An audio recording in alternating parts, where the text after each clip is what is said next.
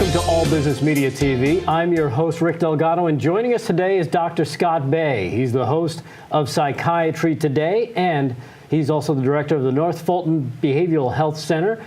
You can reach out to him through his website, nfbhc.com, or give him a call directly at 678-822-0250. And again, Dr. Scot, welcome back, and how are you? I'm doing great, Rick. How about yourself? I'm doing well, and thank you again for taking the time to join us here. Hey, let me ask you, before we get started here, tell me a little bit about yourself and what you do. Right, I'm a psychiatrist. I'm in full-time private practice in Roswell, Georgia, and I treat patients with psychiatric problems, including medication management, referrals for therapy, comprehensive approach looking at all kinds of medical problems, advice about exercise, diet. In short, helping people who don't feel well mentally and emotionally to feel better. Right. And there are all different aspects of the way you can help people, right? In terms of, like you just mentioned, from medication to diet and exercise. Exactly. Right. And all those things come into play. And I think when you're talking about mental health issues, and it's a big thing because it gets it's been getting a lot more attention lately, right? Absolutely.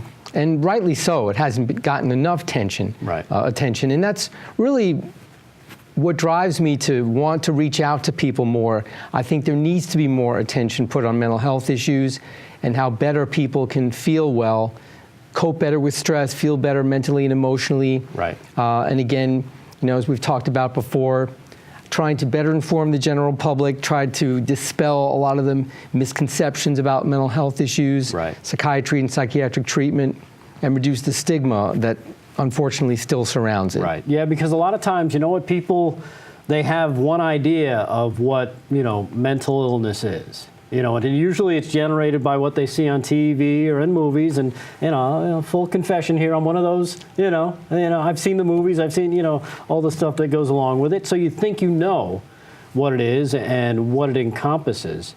But there's a whole lot more to it than what they kind of show you on TV. And it gets a bad rap, right? Exactly, right. There's so much misunderstanding. You're right, a lot of it is fostered by media and some of the creative arts and the negative portrayals, things like that. Right. So what I strive to do is to better inform the general public, try to reach out to people and give them more effective, more balanced information. So much of the information that's out there is very biased, very skewed toward the negative, and it feeds and fosters all these negative stereotypes, all this misinformation. And so I feel strongly my mission is to counteract that. Right. Yeah, and a lot of times when we've spoken, at least on your radio show, that's a lot of what you do. It's more about, education, and kind of clearing up those misconceptions that people might have and be like, well, I used to think, I thought that this is what happens. And you're like, well, no, that's, again, something that, well, I saw it on TV, so it must be true kind of thing, right? Right, exactly. I think you're right. The mission is to educate. As physicians, we doctors are not only supposed to treat illness and help people feel better and heal them, but we're supposed to educate them as well, educate our patients about their illness and how to feel well. And I also want to educate the public at large about mental health issues, and hopefully by doing that, make it easier for people to get the help that they need, or to understand what's wrong and how to get better. Right, and it's not just the extreme cases, but you're also talking about the smallest things, like an anxiety, right? That falls under that scope of what you do and how you can help people, right? Absolutely. Any and all mental health problems, whether they seem to be trivial or they seem to be monumental or life-threatening or anything in between. Right.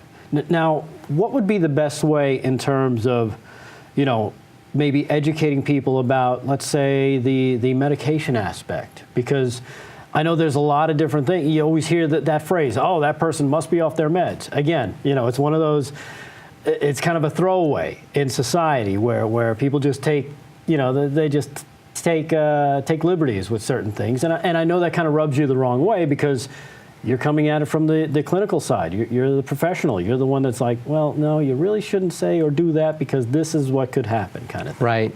Well, to be specific, what rubs me the wrong way of throwaway comments like that is, it just fosters the negative stereotypes of people who suffer from any kind of problem, need that kind of help. You know, the people who suffer from problems like that already are self-stigmatized, you know, so to have those, you know, very negative, very hurtful comments directed at them, and I think is very inappropriate. Right. You know, we're, in this day and age, increasingly seeing how people of all different types of minorities or disadvantaged groups or what have you are speaking out more against being treated with negative stereotypes and negative and ignorant and hateful speech. Right. And to me, you know, it's the people who have mental health problems that, you know, I'm looking out for the most. Right. Now because I know I think it was around the 80s when they started closing down all the mental health facilities, and all that shifted, right? Right. Actually, it started as far back as the 60s. Right? Oh, really? Right. When the first major psychiatric medications came on the market, they were thought to be such a miracle that people no longer had to live in institutions, and there was this great plan to close all the humongous psychiatric state hospitals so that people could live in the community. And in turn, there were great plans to build these community mental health centers where they could be treated in their community instead. Well, we're still paying the price for that not happening the way it was envisioned. Right. The community mental health center system never developed into what it was supposed to. And to this day, you now have people who suffer from long-term mental illness cycling between homelessness, jail, high rates of mortality because of this deinstitutionalization, is what it was called back in the 60s when the psychiatric hospitals were closed. Right. And the resources in the community never happened. Right. And a lot of times, you know, when you're dealing with people that maybe they end up, like you mentioned, in jail or homeless or just really in a bad situation, it all could have been addressed a lot sooner if people would have kind of, you know, maybe spoken up. Maybe you see a family member struggling, right? And it's one of those things where they just didn't have the education, as you talked about, to realize, hey, you know what, I'm seeing something here and I should speak up and say something about it. You know, whether it's, you know, a loved one or someone they work with or what have you. Exactly. People who suffer from mental illness need the support of their family, their community, in order to stay on track and get the help that they need. Right. And what you were talking before about with medications, yes, there are a lot of ignorances and prejudices about medications, a lot of things people don't understand. But that gets down to lack of understanding about mental health issues in general. Right. Lack of understanding that these are medical problems, just like anything else anyone goes to see any other type of doctor for. Right. It's due to a biochemical hormonal imbalance in the brain that causes symptoms of things like anxiety or depression or post-traumatic stress, schizophrenia, bipolar disorder, what have you.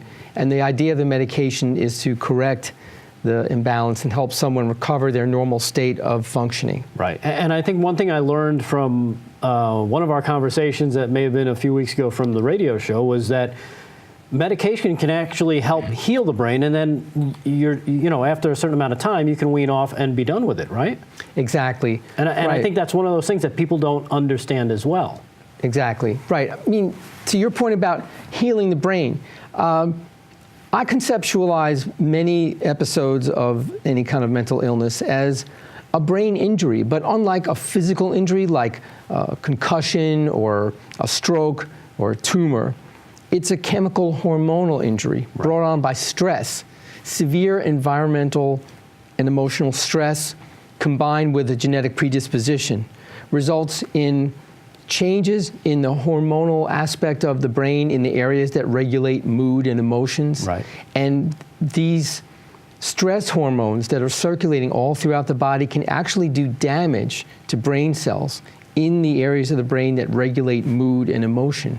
And what the medication does is it tells the brain cells to produce proteins that protect and nourish themselves and thereby undo the damage done by the stress hormones. Right. So this goes way beyond most people's conceptions of what psychiatric medication is supposed to do, just to calm someone or sedate them or put them in some kind of, you know, la-la land, what have you. This is nothing like what the medicines are for or what they're supposed to do, how they work, or when they're working well, what is supposed to happen. Right. And again, it's that, idea that people have. Again, all my information, Doc, until I met you and started talking to you, would come from TV and movies, and you see them give them the pill, and they end up in this catatonic state where they don't bother anybody all day, and that's how they keep them, and but it's not really like that. No, and that's why I'm doing this show with you. That's why we do our weekly radio show. It's why I do my podcast, is because there aren't enough people who have this information, and I want more of this information to be out there. Right. I want more people to know about this, to know the real information, the real story, and that's what is very important to me and what drives me to work on these things. For example, the medications, a lot of people come to me who maybe have never been on it before in my own practice, and they express reservations about taking it. And they say, a common thing they'll say to me, Rick, is, well, I've heard that the medicine can just make you a zombie or dull your normal personality or creativity, make me someone that I'm not. Right. And I say, no, that's not what it's supposed to do at all. And they say, well, I've seen this happen to other people. What about that? And I say, well, if someone has been on medication and that is what has happened to them, then something is wrong and the doctor should have made some adjustments. Right. Because that is not at all what is supposed to happen with psychiatric medication. In fact, it should restore your normal personality and creativity and ideas and thoughts, not dull you in any way, shape, or form. And if any of those things are going wrong in that way, then that means one of a few things is wrong. It's the wrong medication for that patient. They're on too high a dose. Something is wrong, and it's incumbent on the doctor prescribing it to make sure those things don't happen, and if they are, to fix it. Right. And again, another great illustration of what you do is providing that information. Again, we do a show weekly called Psychiatry Today that people can listen in on. They can also call into as well. But also, they can email. And that's one of the things. We have a few questions that I wanted to get to today because, a lot of times we do take live calls on the radio and for lack of time, because we only have 30 minutes each week, a lot of them can't get through, or they have questions. Maybe they're afraid to ask. Maybe they don't want to, it could be a little sketchy situation. Maybe they don't have the opportunity to call at that time, but they still have this question in the back of their mind. So we've gathered up some of the emails for you today so we can answer these questions. We'll give out the name of the person. We won't give, locations or anything like that. No need. And again, another opportunity to share the information and the education that you can provide. Again, with some of these questions that I'm sure bother people all the time. They don't know where to go to. They don't know a good source. You can't Google everything. I know it sounds great. Oh, I'll just Google it. But there's a lot of misinformation out there as well.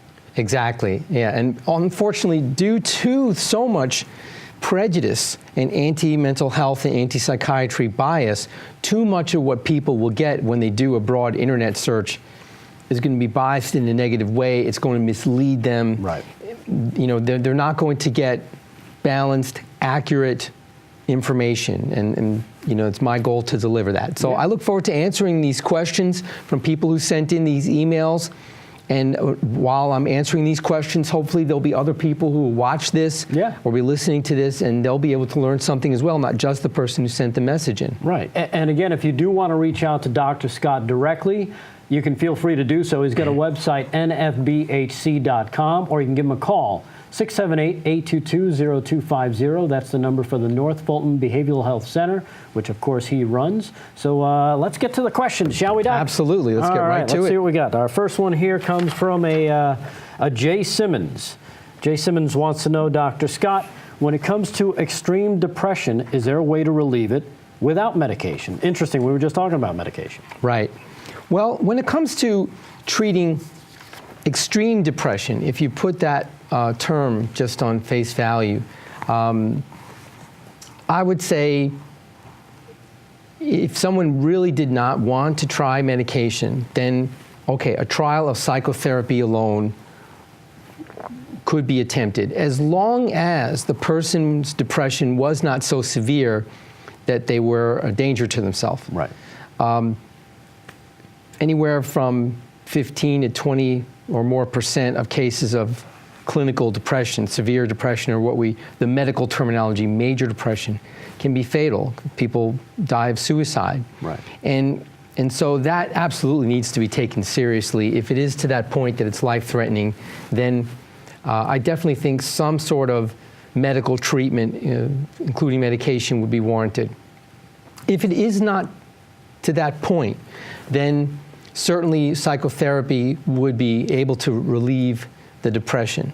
The research shows that the best way to treat depression would be a combination of both taking medication to alleviate the depression and also doing psychotherapy.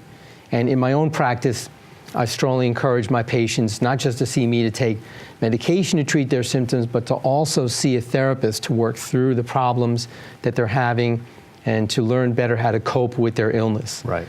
What I would say to the person who sent that message is that, in general, when you compare how the treatment would turn out outcome-wise, Right. therapy as opposed to instead of medication, in general, with some exceptions, medication might bring about faster relief, but the relief brought about from working in therapy, while it might take longer, it would be longer lasting. There would be a greater chance of feeling better longer before having a potential relapse or a subsequent episode. Right. Now, what about, because I think you mentioned doing a mix of the both, right? Right. Would you, is it your thinking that, okay, in this case, Jay Simmons, it was extreme depression, right? Would you want to get them on the medication first to kind of get them out of that state so you can start with the other therapy? That's a really, right. Yeah, that's a very interesting question, Rick. And there are times when someone is in such a profoundly negative mental and emotional state because of depression, in this case that we're talking about, or it could be other things too. Even sometimes severe anxiety can do that. Right. That when it comes to working with a therapist and trying to get the benefit from doing that, they're not emotionally available enough to do that. Right. And this sounds very, very strange. I mean, how can you be too mentally ill to benefit from therapy, right? That doesn't seem to make sense. Right. But in reality, you have to have some degree of mental and emotional energy to start with in order to be able to benefit from therapy. Right. And so, you know, we don't know the particulars like in this situation, but certainly there could be a hypothetical case where the extreme depression that we're calling it can be so profound that, exactly as you say, until someone improves a little bit, say with medication or what other type of treatment, there's not a whole lot a therapist is going to be able to do with helping that person, because they're sitting there with the person and the person is just so profoundly depressed they just can't engage in the process of therapy. Right. So absolutely, there are times when the depression could be so bad that even if the person said, hey, I just want to do therapy, I don't want to do medication now, there's not a whole lot they're going to be able to accomplish. And furthermore, from my own experience and my own practice over the years, it absolutely is the case that once someone starts to feel better with their medication, then they're more mentally alive, awake, alert, engaged, Right. and then the therapist can get a lot more accomplished in that case. Right. Okay. Now, this just as we're talking here, just kind of made me think of when you hear about maybe a criminal, someone who was did something horrible, awful, and they're ruled unfit to stand trial. But then later on, I guess they go through therapy, or whether they're on medication or a combination of the two. Now later on, now they're allowed to stand trial. Have you ever come across something like that? And what are your thoughts on something like that? Right. Well, okay. So now with this question you give me, I'm going to put on my forensic psychiatrist hat. Forensic psychiatry is that subspecialty in my field that deals with the criminally mentally ill. Right. Right. Now that's not something that I've worked in myself, but I do know enough about it to answer your question. So let's say someone is charged with a crime. Right. If they are deemed so profoundly mentally ill that they can't fully appreciate the circumstances that they're in, you know, the gravity of what they're being accused of having done and what the potential punishment is. They're so mentally ill that they can't meaningfully participate in their defense, Right. then they are deemed unfit to stand trial. And there are many cases where there'll be this argument back and forth. Well, you know, the prosecution will want the person treated to be restored to good enough mental health to where they can be able to be fit to stand trial, whereas the defense, of course, will argue against that. Right. But really, it is often the case that someone in that condition with proper treatment, almost always that means medication, can be restored to sufficient mental health so that they can understand the gravity of their circumstances, what they've been accused of, what they're being charged with, what the potential penalties are, and to be able to meaningfully assist their defense attorneys and participate in their defense, and therefore, you know, be fit for trial. Right. And now, is it also because I think some of it too is maybe the nature of what they did caused them to lose. You know what I mean? So maybe it was a crime of passion, but now after they've done it, they are so depressed that now there was no mental illness that had them cause the crime. It was when they realized what they did, that's what made them suffer a breakdown. Well, that's another scenario altogether. I kind of feel like the first scenario we were talking about was more someone who was in the throes of a mentally ill episode, committed a crime while they were not, mentally fit, right? And see, this is another thing that gets people confused. Well, you know, how can you be, you know, mentally ill and still be found guilty or versus not guilty of a crime?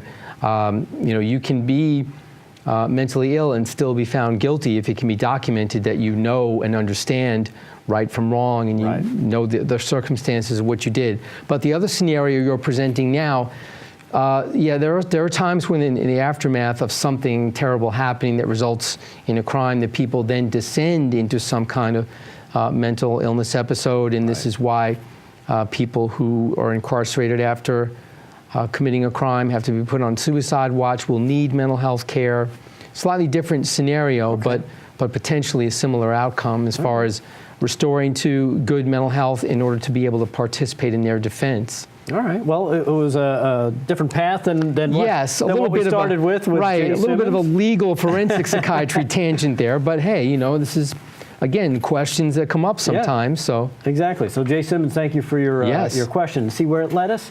Down to down the criminal path. Let's go to our next question here. This comes from a woman named Amanda. I have recently been diagnosed with a rape trauma syndrome, which I've been told is a form of PTSD. My therapist doesn't seem to be too interested in helping me find an alternative to medication that I take, but I really don't like the way it makes me feel when I take it. I feel it makes things worse. Is there a way to alleviate this naturally? Right. Wow, that's a tough question. Yes, there's so much in there. Okay, well, Amanda, I'm very sorry to hear about the problems you're having. I hope that somehow you're able to get the help that you need and feel better. That's the main overall message. Now, let's take a lot of what she said and go over it. First of all, rape trauma, post-traumatic stress disorder from rape trauma. In general, I would encourage Amanda or anyone who's been a victim of such sexual trauma to seek out specialists who deal in that. I know in my own practice, in my own community, there are several female psychotherapists who, if I see a patient who has been a victim of such trauma, I know they specialize in treating female victims of abuse, and I know that they're going to get the help that they need as far as therapy is concerned. So in general, I think it's important to seek out a therapist who specializes in that. There are certain courses or certifications that therapists can take to make this a kind of a subspecialty area of theirs.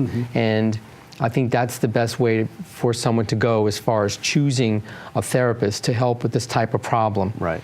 And then as to how she feels on the medication, right, this gets back to what we were talking about before, Rick, right? I mean, about the whole thing about stereotypes and negative stereotypes, especially about medication. So Here's a perfect example. She's on medication. She doesn't like how it's making her feel. Right. Right? And it doesn't sound like it's helping her feel better anyway.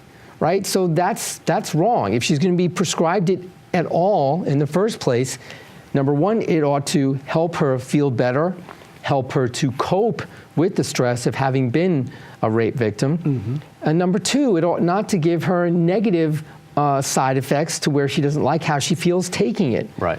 Ideally, whether it's a situation like this where someone is taking medication to treat the symptoms of post-traumatic stress disorder, or whatever the case may be, the medication should be quietly in the background doing its job, not making itself known to the patient taking it. Right. In other words, Rick, the person should just feel better, and they shouldn't feel like they're on some medicine Right. or having side effects that constantly remind them like, oh, it's the pills.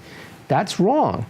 So if these are the types of things that the person is feeling, then in my opinion, they're possibly on the wrong dose, at least the wrong medication at worst, and adjustments should be made. I know in my practice, I try never to tolerate a situation like that. I'm Right. always monitoring people very closely as far as making sure the medication is helping them feel better, alleviating their symptoms.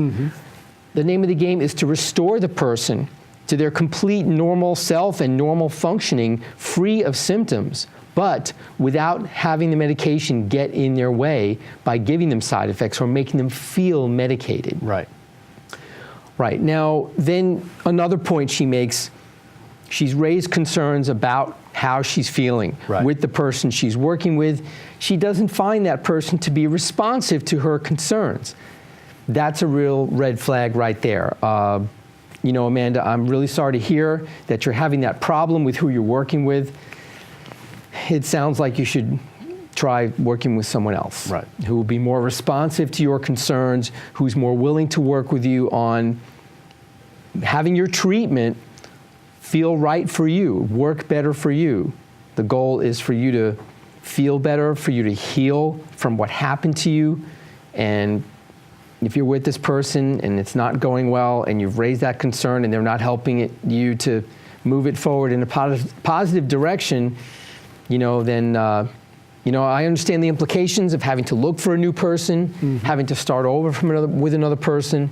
But, you know, from what she's saying in the message, Rick, I just feel like she may very well be better off moving on to see Right. someone else. Yeah. Now, what about the question regarding alleviating the way she feels, you know, naturally? Would you? Oh, right. Okay. Well, you know, again, there's a couple of parts to this. One part we already addressed, where her asking about a natural remedy as opposed to medication Right. may very well be driven by the fact that the medication's not helping her feel well. She doesn't like how she feels on it. It could be if that were done better, where she was on something that did help her feel better without side effects, there wouldn't be the need to look for something that's natural. Right. Having said that, unfortunately, there's really very little that's over-the-counter, that's natural, that has been proven to be effective and safe Right. as far as a treatment for severe anxiety. Post-traumatic stress, as from rape trauma or other types of trauma, that's under the category of anxiety disorders. So it's very hard to find anything that's natural or over-the-counter that will alleviate those symptoms. All right. As far as insomnia, many people find relief from certain things, and insomnia is certainly a very common symptom of post-traumatic stress as well as other anxiety disorders.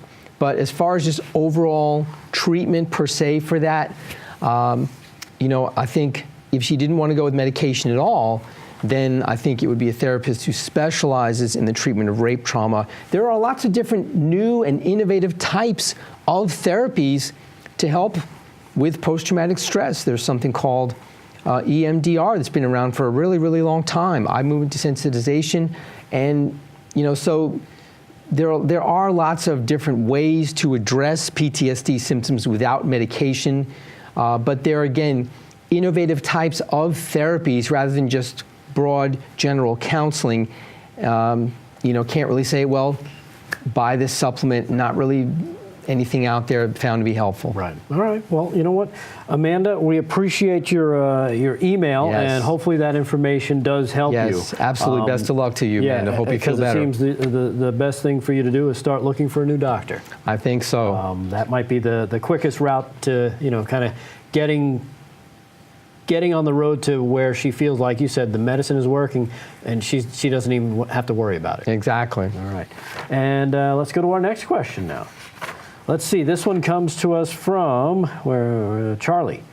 Charlie says, my sister has extreme depression. She's been struggling with it most of her life. Been on a variety of different medications, none of which seem to work for an extended period of time. It's at the point she's been hospitalized a few times because she's become a hazard to herself. She recently started ketamine infusions. Am I pronouncing that correct? That's correct. Yes, ketamine. Okay, and it seems to work. Do you believe in it? And is there a safety concern we should know about? Absolutely. Well, you know what? When it comes to science and medical treatment, there's no room for belief or the lack thereof. So the evidence shows that it works. Ketamine works, and there's a growing body of evidence to document the benefits of it. And the very interesting thing about ketamine is, whereas medications that we use to treat depression take a matter of weeks and sometimes months to become fully effective, right. People can see relief from depression from ketamine infusions within an hour or so, sometimes immediately. Oh, wow. Right. The problem is sustaining the benefit. So there's lots of research into leveraging these immediate benefits of ketamine infusions into maintenance and longer-term treatments for depression. But a lot of people, like Charlie's sister, who had chronic, severe depression, nothing worked, have been getting a lot of help from it. Right. Are there safety concerns? Yes, there are. Ketamine is an anesthetic agent, and there's a version that's been abused for many years as a club drug called Special K because it has some hallucinogenic properties. So there are some safety concerns. Okay. In bad cases, there could be effects on heart rate and blood pressure, and there can be induction of psychotic episodes. So there has to be care and caution taken to monitor against those possible side effects, and it has to be administered under a very careful, supervised medical setting. Obviously it's not sending someone home with a prescription and having them take pills. Right. It's an intravenous infusion. But in clinics and centers where they provide this type of treatment, they have all the infrastructure in place, doctors, nurses, people to monitor the patients when they're having their infusion. And as long as you're in a setting that has all those precautions in place, I believe that the safety issues can be properly addressed. And the bottom line is she's getting relief from it. So I'm very glad to hear that after suffering all this time, and including being in the hospital and all of that, that she's finally getting some relief. And I think as more people learn about ketamine being an alternative to depression that doesn't respond to medications, more will be done to promote this as a treatment. The Food and Drug Administration will hopefully approve more products to treat it, and more people will be able to get relief from depression. Right.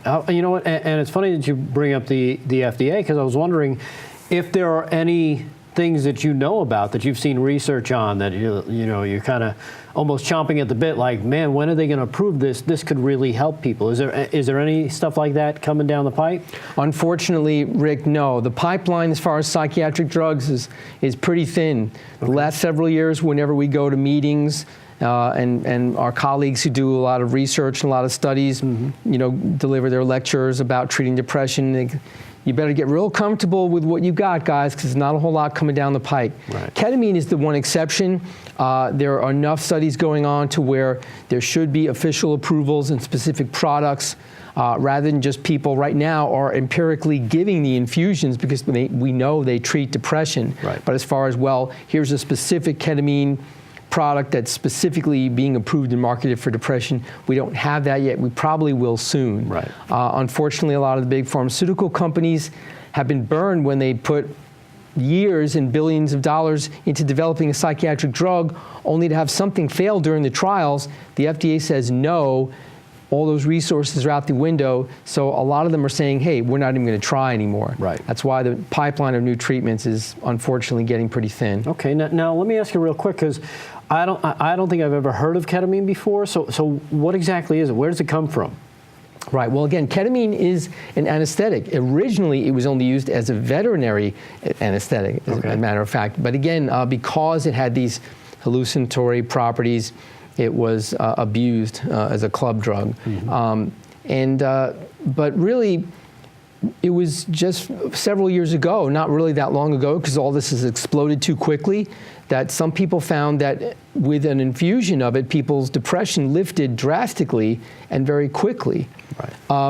Prior to then, in terms of normal medical sanctioned use, it was really to treat pain, to treat chronic pain. So in fact, in my own practice, I have some patients who have had infusions for it for chronic pain. And of course, I'm actively and interested to looking at how it's going to help their mood as well. Right. Now, so it's not a new drug, to answer your question. It's been around quite a long time. Right. It's just a new concept to use it to treat depression. Right. Now, in terms of Charlie's question, does he have something to look out for in terms of, because he mentioned a variety of different medicines that, didn't seem to work for an extended period of time. Is ketamine something that will work over a long, or will the body just get used to it and then you got to keep giving it more and more and more? See, it's all too new. We don't know this yet. Okay. And that's what has to be further developed for this to be a treatment is, how do we approach maintenance treatment once we figure out this works for a patient? Right. And how do we go about that?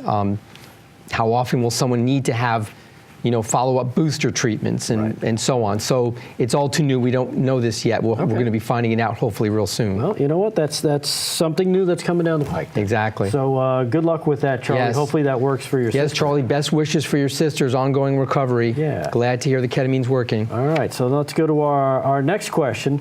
This one comes from TJ Barnes. Says he listens to the radio show. Look at that. That's great. Thanks for listening, TJ. We appreciate it. And let's see, his question. My psychiatrist just prescribed me anxiety medicine when I see him, rather than trying to get to the root cause. Do you agree with just prescribing meds rather than a mix of therapy and medication? And I think, in a way, you've kind of answered that a little earlier, but we'll address TJ, directly with this question. Yes, exactly, TJ, right. So really, we have talked earlier tonight and in other settings where we've had our radio show, and then also the other videos we've done. Right.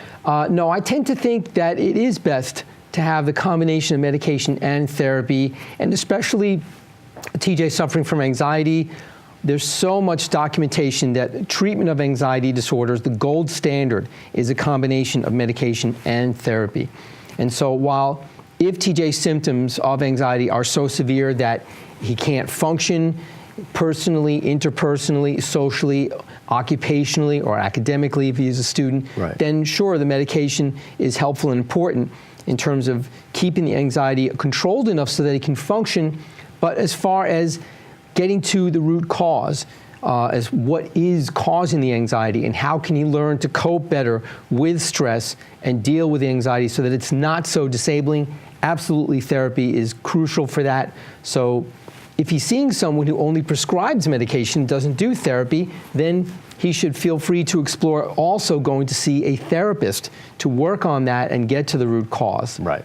All right. You know what it kind of reminds me of, Doc? It's almost like if you break your leg. It used to be you break your leg and you sit in a cast and you just lay around. Now they try and put you, maybe they give you a soft cast and they have you, start physical therapy. Physical therapy has become a big thing the last, 15, 20 years in that they want you to start moving sooner as opposed to just laying there. Exactly. And, we talked about this the last time we got together for one of these shows, the difference between medication management and counseling or psychotherapy. It's very much like an orthopedic injury, like what you just described, right? We talked about this last time. You see the MD for the medical treatment in the broken leg. It's the surgery or the cast, the setting of the broken bones, whatever. and the non-MD Right. is the physical therapist and occupational therapist to help you recover functioning. Right. So in treatment of anxiety, it's a comparable thing. The psychiatrist might prescribe the medication to help get the brain to function better without the anxiety interfering with normal functioning, whereas the therapist, the non-MD, will help you learn to get to the root cause of the anxiety, to cope better with stress, to learn how not to let the anxiety interfere with your functioning. Yeah, and again, great information, and this is what Dr. Scott does a lot of. Not only information, but education. So if you've got questions, of course, feel free to reach out to him directly. If you did send us a question and we didn't get to it, of course, we're sorry. But you can reach out to Dr. Scott directly. Reach him on his website, nfbhc.com, or if you want to give him a call, 678-822-0250. He runs the North Fulton Behavioral Health Center, so make sure you reach out to him. Let's go to our next question here via the email. This one comes from Jake. I can't pronounce your last name, Jake, so I'm just going to say Jake. That's all right. We'll keep it anonymous anyway. All right. Let's see. Dr. Scott, I've been diagnosed with a general anxiety disorder. There are times my attacks debilitate me, and I can't find a solution other than my medicine. All my doctors say it's associated with depression, so they put me on depression medication, yet that throws me into a depression, and I need to stop taking meds. Do you believe anxiety and depression are directly correlated? Okay. Okay, wow, there's a lot to go through here. Now there's so much I want to tell him, so that's why I'm taking the message from you, so I make sure I don't miss anything. Yeah. All right, so generalized anxiety disorder, what is that? This is basically, to sum it up briefly, extreme excessive worrying. Okay. People with generalized anxiety disorder are constantly thinking of the worst thing that will happen. They're worrying about everything that may go wrong. They're constantly dwelling on worst case scenarios, even if everything's fine. They're worrying about the fact that they're worrying. It's just excessive, irrational worrying. They know that they are worrying excessively and irrationally, but they can't stop it. Okay, anxiety attacks, that's a different thing altogether. Okay. Anxiety attacks, suddenly, from out of nowhere, without any obvious trigger, someone is completely afraid, anxious, beyond all possible description. Mm-hmm. They can't breathe. They feel like they're smothering, literally, and their heart feels like it's about to pound out of their chest. And again, this happens from out of nowhere, no apparent reason, nothing triggering it. They could be just sitting watching TV, nothing's going wrong, it just happens. Right. And this is something that is not typical of people with generalized anxiety disorder. Panic attacks, or what he might call anxiety attacks, that's a different thing altogether. Okay. So we're talking about two different things here. So again, this raises the question, has Jake been given the proper diagnosis? Because we're talking about symptoms of two different things here. Okay, now the medication associated with depression puts you on depression medicine. All right, so Jake, this is a common question I get. When people's primary problem is anxiety, not depression. Someone can have extreme, severe, debilitating anxiety, Rick, not be depressed in the least. Right. Okay? And yet, we doctors give them antidepressants. This is confusing for a lot of people. Why are you giving me a medication for depression when my problem is anxiety? Right. Well, it's as simple as this. Antidepressants are versatile. They treat anxiety just as well as they treat depression. They treat anxiety perfectly well, even if someone is not depressed at all. The term antidepressant is confusing. It implies that that's all those pills do is treat depression, when really they treat anxiety as well as depression. So while the term is confusing, don't be confused by that. Just try to understand the antidepressants treat anxiety as well as depression. Right. Now, so he feels like the medication they put him on throws him into depression, and he stops taking the meds. All right, that to me, that sounds like he's worrying about it. It's possible, or the way I took that to mean is that the medication they're giving Jake is either not right for him personally, it's just not reacting well with his body, or it's giving him side effects. You know, perhaps it wasn't explained to him what the medication really was supposed to do and why he was being given it, what potential side effects he could experience. And this is something I'm very careful to do in my own practice, with my own patients. Hey, this is why you're taking this. This is what you should expect it to do for you. Here are some common side effects you may have to deal with until they inevitably go away. but perhaps he wasn't being given enough information about the medication, and he winds up not feeling well on it and therefore stops taking it. So then he asks, is anxiety and depression directly correlated? Well, you know, it is true that if anxiety is severe enough and it persists a long enough period of time, it can lead to depression. Right. And people will commonly tell me, they'll say, my anxiety is so severe and I've not been able to get any relief, and it's been going on for such a long time that that's making me depressed. Right. Or they'll say, my anxiety attacks are making me not want to go out because I'm afraid of having one, and the fact that I don't feel like I can go out, that makes me depressed. Right? So the distinction I'm making here is not that depression is the primary problem per se, but sometimes depression can be a secondary consequence of a severe anxiety disorder. Right. So my advice to Jake would be, again, get clarity on the diagnosis. Generally, generalized anxiety disorder, you're not also having severe panic attacks or anxiety attacks. And as far as medications, work with someone who's willing to take the time to explain to you what the medication is for, that it does treat anxiety, not just depression. Right. Expectations about benefits versus side effects, make changes or adjustments if he's not feeling well taking it. Right. And one thing that he noticed here, and it was one thing I was going to ask you about, because he says, all my doctors. So he's obviously seeing more than one doctor who may be giving, maybe it's this doctor is prescribing this medication, Right. that doctor is prescribing that medication, and, you know. Right. And you know, the other way that I took that, and the other way you could take that, Rick, is he might have seen multiple people. Multiple doctors over the years, right. And he's not gotten, unfortunately, it could be he's seen multiple doctors and none of them have really given him the help that he needed and helped him feel better, All right. which is really a shame. Jake, if you listen to this, I hope that you get better. Yeah, hopefully. We have time for a few more questions. Let's see if we can get them in. Let's see. This one comes without a name. Says, I heard you say medication can help heal the brain. Obviously, someone that's probably listened to the radio show before. Exactly. Because I know we've Right. had this conversation. Right. But doesn't medication mean that you're on it forever? Not necessarily. Medication forever is under a narrow set of circumstances.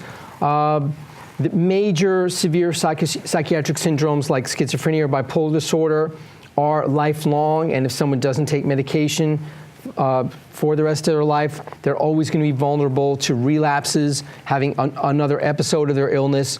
And with each successive episode, it's harder to get that person to get back to their normal self. Right. So something like that, they're going to need to stay on medicine for their life.